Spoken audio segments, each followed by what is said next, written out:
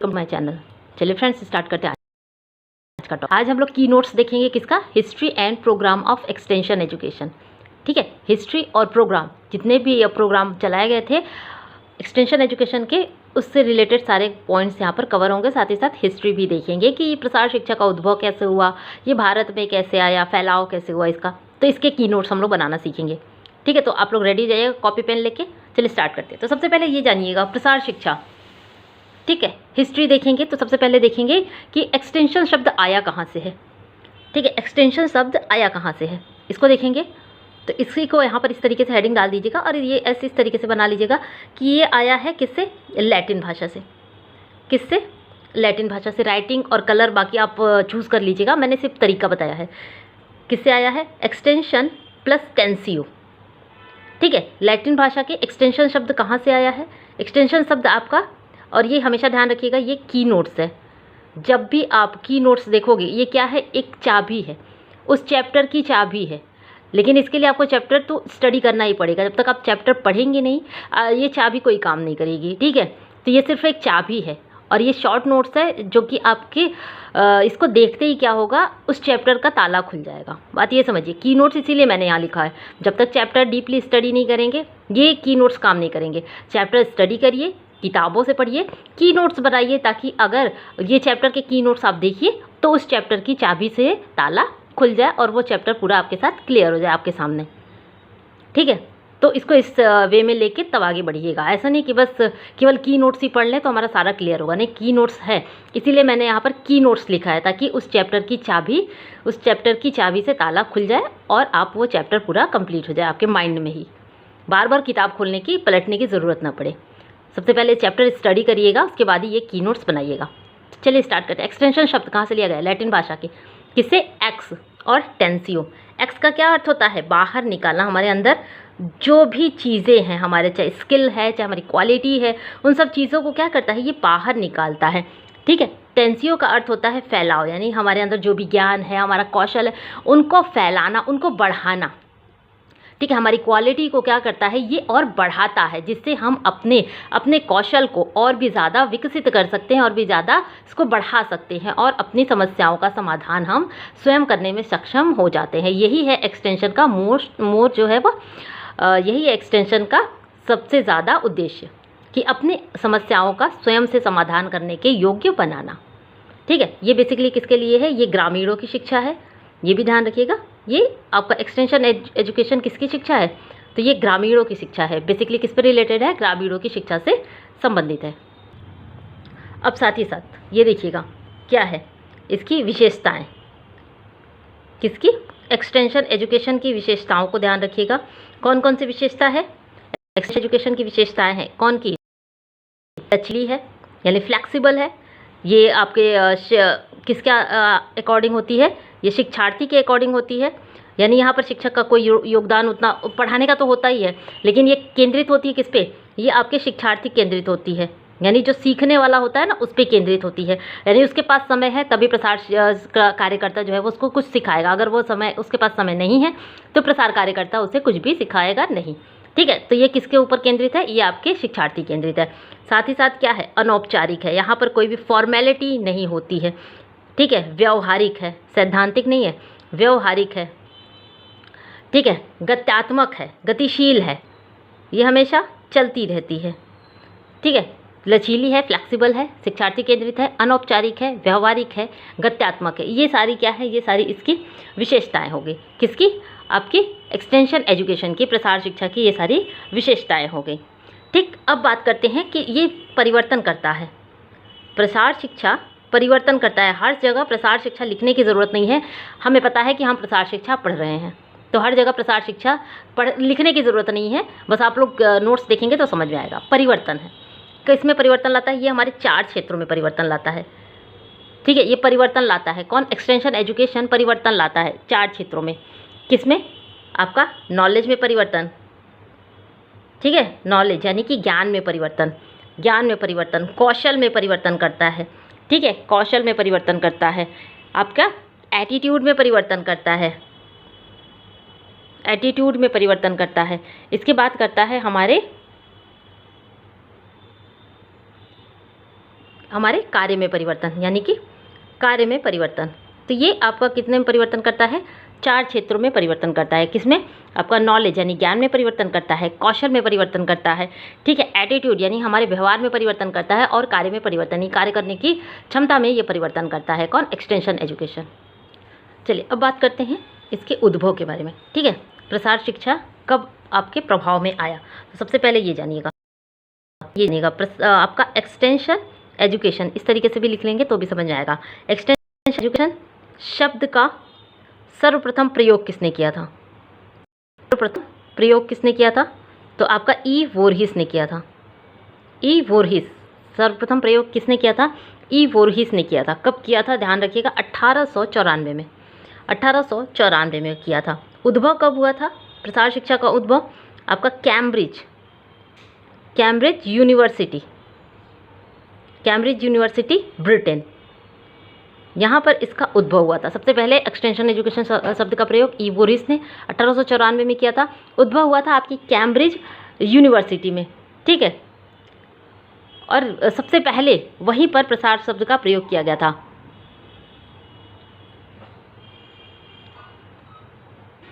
आगे बढ़ते हैं। अमेरिका में कब आया? ठीक है, अमेरिका में यह आया सीमैन नेप के जरिए आया है। कपास की खेती से यह संबंधित था, ठीक है, बस कीवर्ड लिखिएगा, कपास की खेती से यह संबंधित था। अमेरिका में आया किसकी सहायता से? सीमैन नेप की सहायता से कपास की खेती से ही संबंधित था। लेकिन ये वास्तविक यानी कि लीगल हुआ कब हुआ? अमेरिका में लीगल हुआ 1914 में, सॉरी, अमेरिका में ये लीगल हुआ 1914 में। कौन से एक्ट के तहत हुआ था? तो स्मिथ लीवर एक्ट के तहत, स्मिथ लीवर ये लीगल हुआ। आया तो अमेरिका में आया कब? लाया किसने? तो सीमैन नेप ने लाया था, कपास की खेती से संबंधित था। लेकिन ये लीगल भी तो होना चाहिए। ये लीगल हुआ कब? 1914 में, स्मिथ लीवर एक्ट के जरिए ये आपका क्या हो गया? ये लीगल हुआ, ठीक। चलिए, इंडिया में कब आया? इंडिया में ये आया बिहार में आया, ठीक है। सबसे पहले इंडिया में कहाँ आया? बिहार। कैसे आया ये बिहार में? इंडिया में कैसे आया? तो सबसे पहले किसकी स्थापना की गई थी? इंपीरियल काउंसिल ऑफ रिसर्च, ठीक है, imperial council of agriculture research. इसकी स्थापना कहाँ की गई? इसकी स्थापना की गई पूसा बिहार में, ठीक है। कहाँ की गई? पूसा बिहार में। बाद में इसको दिल्ली शिफ्ट कर दिया गया। ये कब आपकी स्थापना हुई थी? इसकी स्थापना हुई थी 1908 में। इसकी स्थापना कब हुई थी? 1908 में। तो सबसे पहले अगर बात की जाए तो भारत में ये कब आया? भारत में आपका आया 1908 में। कहाँ पर आया? ये आपके पूसा बिहार में आया था, imperial council of agriculture research. बाद में इसका नाम क्या हो गया? बाद में इसका नाम इंडियन हो गया, Indian council of agriculture research. ध्यान रखिएगा, बाद में इसका नाम बदल के क्या कर दिया गया? Indian council of agriculture research. और ये दिल्ली ट्रांसफ़र हो गया, ठीक है, दिल्ली स्थानांतरित कर दिया गया। दिल्ली में क्या किया दिया गया? ये बाद में स्थानांतरित कर दिया गया। लेकिन इसका उद्भव अगर पूछा जाए कि भारत में सबसे प्रसार शिक्षा कहाँ प्रयोग किया गया था, तो पूसा बिहार में इसका प्रयोग सबसे पहले किया गया था। फ्रेंड्स, इसको कट कर दीजिएगा, ये थोड़ी सी मिस्टेक हो गई यहाँ पर, ठीक है। अभी हम इसको करेक्ट कर देते हैं, इसको कट कर दीजिएगा, ये करेक्ट, यहाँ तक तो आपका सही है, चाहे तो आप लोग बुक से मिला लीजिएगा, यहाँ तक आपका बिल्कुल सही है। यहाँ पर हमसे थोड़ी सी गलती हो गई, इसको सुधारते हैं। भारत में कब आया? ध्यान रखिएगा, देखते हैं भारत में कब आया, ठीक है। आप जब भी बनाइएगा बुक को पास में रखकर ही कीवर्ड्स की नोट्स बनाइएगा, ऐसे मत बनाइएगा। भारत में ये कब आया? तो भारत में ये आया 1908, ये तो बिल्कुल सही है, ये आया था 1908 में, ठीक है, 1908 में आया था भारत में। कहाँ पर आया था? तो इंडियन एग्रीकल्चर रिसर्च में आया था, ठीक है, इंडियन एग्रीकल्चर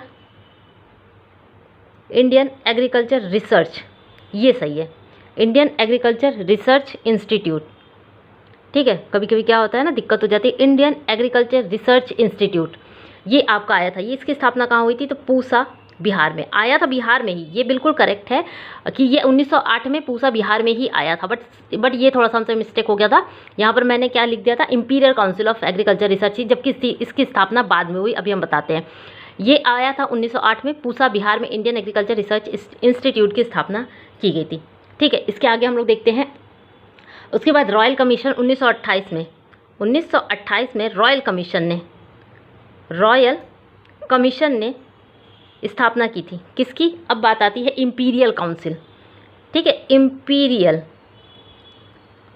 इम्पीरियल काउंसिल की स्थापना की थी। Imperial council of agriculture research.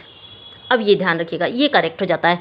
India में कब आया? 1908 में आया। किसके जरिए आया? आपके पूसा बिहार में आया था। इंडियन एग्रीकल्चर रिसर्च इंस्टीट्यूट की स्थापना हुई थी, इसी के जरिए ये आया था। 1928 में रॉयल कमीशन की सहायता से imperial council of agriculture research की स्थापना की गई थी। किसने की थी? 1928 में रॉयल कमीशन ने की थी। ठीक है, बाद में इसका नाम, वर्तमान नाम ध्यान रखिएगा। वर्तमान नाम क्या है? इंडियन है। इम्पीरियल की जगह बस इंडियन कर दिया गया, बाकी सब सेम है। वर्तमान नाम क्या है आपका? बस इम्पीरियल की जगह इंडियन कर दिया गया, बाकी सब सेम है। आई थिंक आपको चीज़ें समझ में आ रही होंगी। अब बात करते हैं योजनाओं की। ठीक है, कौन कौन सी योजनाओं का जो है वह निर्माण किया गया। सबसे पहले हम लोग देखेंगे, किसके बारे में देखेंगे? सबसे पहले हम लोग देखेंगे मारथंड योजना।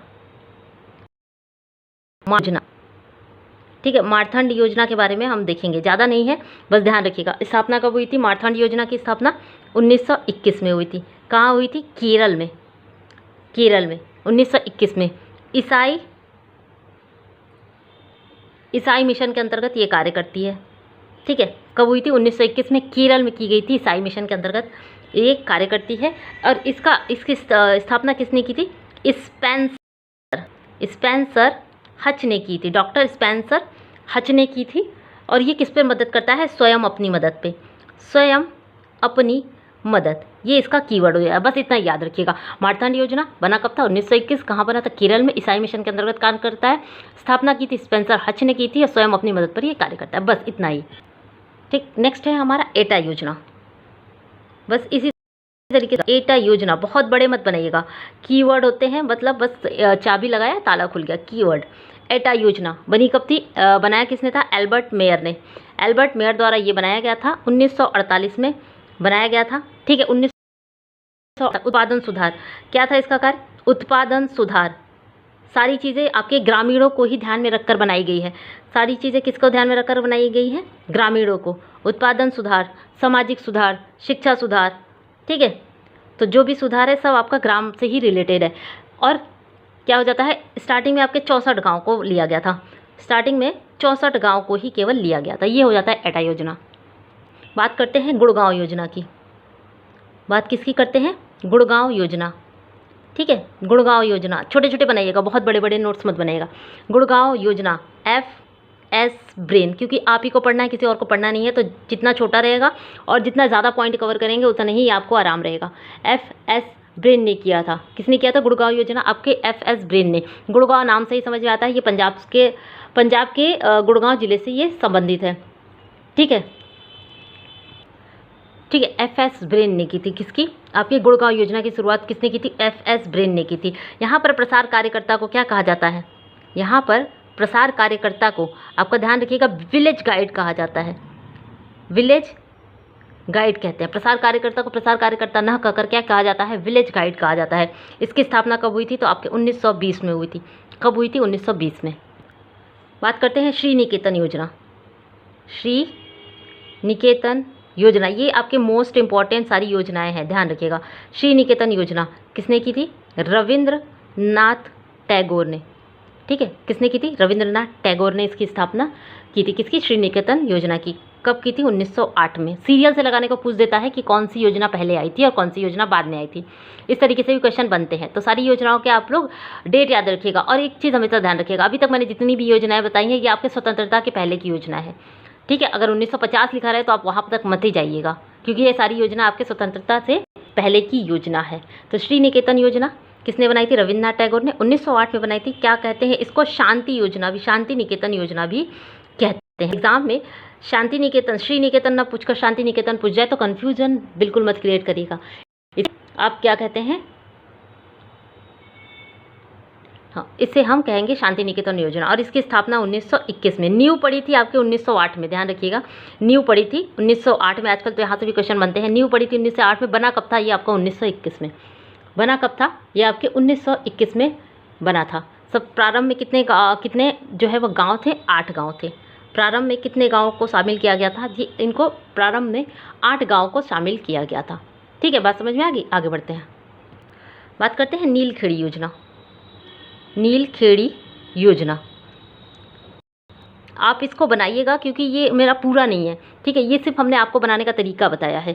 आप जितनी भी योजनाएं हैं, आपके पास जितनी भी बुक में योजनाएं हैं, उन सब को आप लिखिएगा, क्योंकि मेरे पास ऑलरेडी मेरे 1 लाइनर नोट्स हैं जो कि लिखे हुए हैं। ठीक है, ये सिर्फ हम आपको की नोट्स बताते हैं, साथ साथ आपके साथ बनाते हुए चलते हैं। मेरा भी रिविज़न हो ही जाता है। ठीक है, मेरा भी रिविज़न हो जाता है। जितना ज़्यादा रिविज़न करेंगे उतना ज़्यादा हमें आराम मिलेगा। नीलखेड़ी योजना कब बनी थी? 1947 में। 1947 आपका इंडिया एंड पाकिस्तान विभाजन के समय बनी थी। विभाजन के समय, यानी इंडिया और पाकिस्तान के विभाजन के समय जितनी भी शरणार्थियों के लिए थी। ये थोड़ी अलग योजना है, शरणार्थियों के लिए बनाई गई थी। ये बेसिकली गांव वालों के लिए नहीं, ये रिफ्यूजी, यानी कि भारत और पाकिस्तान के विभाजन के समय इंडिया से जो लोग पाकिस्तान जाना चाहते थे पाकिस्तान, और पाकिस्तान से जो लोग इंडिया आना चाहते थे उन लोगों के लिए ये बनाया गया था। कहाँ बनाया गया था? नीलखेड़ी गाँव में बनाया गया था। किसके लिए बनाया गया था? ये शरणार्थियों के लिए बनाया गया था। कब बनाया गया था? तो 1947 में भारत पाकिस्तान के विभाजन के समय ये बनाया गया था। कौन सा? नीलखेड़ी योजना। किसने बनाया था? एस.के. देव ने। एस.के. देव ने ये योजना बनाई थी, ध्यान रखिएगा।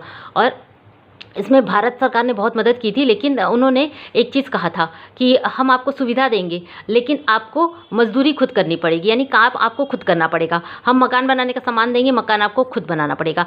हम आपको बीज देंगे, खेती की सारी सामग्री देंगे, लेकिन खेती आपको खुद करनी पड़ेगी। तो ये किस पे रिलेटेड था? ये अपना काम स्वयं करने पर, अपना काम स्वयं करने पर ये क्या था? आधारित था। तो वहाँ के लोगों ने सरकार के साथ हाथ मिलाया और अपना श्रमदान दिया, सरकार से मदद ली। तो इन दोनों को मिला के फिर क्या हो गया? उन्होंने बहुत ही अच्छी गांव जो है वो बसा लिए और अपने आप को स्टैंड। तो ये आप बस ध्यान रखिएगा। नीलखेड़ी योजना 1947 में बनी थी, इंडिया पाकिस्तान के विभाजन के समय, शरणार्थियों के लिए बनाई, काम स्वयं करने पर, और ये एस.के. देव ने द्वारा बनाई गई थी। तो ये हो जाता है आज का सेशन, यहीं पे खत्म। आई होप आप लोगों को बहुत ही पसंद आया होगा। आप लोग अपने कीवर्ड्स जो है वो बनाना, जितना ज़्यादा बनाएंगे, जितना ज़्यादा करेंगे, जितना ज़्यादा लिखेंगे, उतना ज़्यादा आपको।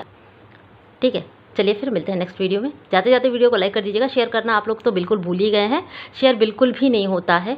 शेयर करिएगा इसको, जितने ज़्यादा लोगों के साथ शेयर करेंगे सबकी हेल्प ही होगी। ठीक है, सबकी हेल्प ही होगी एग्ज़ाम के टाइम पे। इस तरीके के नोट्स बहुत बेनिफिट देते हैं। पढ़ाने को तो किताब लेके पूरा थ्योरी पढ़ा सकते हैं, ऑलरेडी वैसे मैंने पढ़ाया हुआ है। प्रीवियस ईयर भी करा सकते हैं। प्रीवियस ईयर जब एग्ज़ाम आएगा तो उस सेट करेंगे। अभी हम जितना फोकस मेमोरिजन पे, यानी हम जितनी चीज़ें मेमोराइज़ कर सकते हैं, चाहे लिख के, चाहे पढ़ के, याद करके, जितनी भी चीज़ें हम मेमोराइज़ कर सकते हैं, ये टाइम है मेमोराइज़ करने का। ठीक है, प्रीवियस ईयर आगे तो हमें लगाना ही है, उसमें कोई डाउट नहीं है। प्रीवियस ईयर लगाएंगे, बहुत ज़बरदस्त तरीके से लगाएंगे, लेकिन अभी चीज़ों को इस तरीके से, इस नए फॉर्म में याद करिए। पढ़ने का थोड़ा सा तरीका बदलिए, पढ़िए वही सारी चीज़ें, तरीके में बदलाव लाइए, जिससे आपका इंटरेस्ट भी बना रहेगा। बोर बिल्कुल भी नहीं होंगे, क्योंकि अभी 2 महीना एग्ज़ाम आगे बढ़ गया है, और कितना आगे बढ़ेगा ये आपको भी नहीं पता, हमें भी नहीं पता। तो जब तक ये आगे बढ़ रहा है, हम पढ़ना न छोड़ के थोड़े से परिवर्तन के साथ पढ़ते रहेंगे, तो चीज़ें हमारे फ्लो में रहेंगी, नुकसान भी नहीं होगा, और जब भी हम कुछ करेंगे तो हमें कुछ ना कुछ अच्छा रिजल्ट दे के ही जाएंगी। ये हमेशा ध्यान रखिएगा। चलिए फिर मिलते हैं नेक्स्ट वीडियो में, तब तक के लिए धन्यवाद।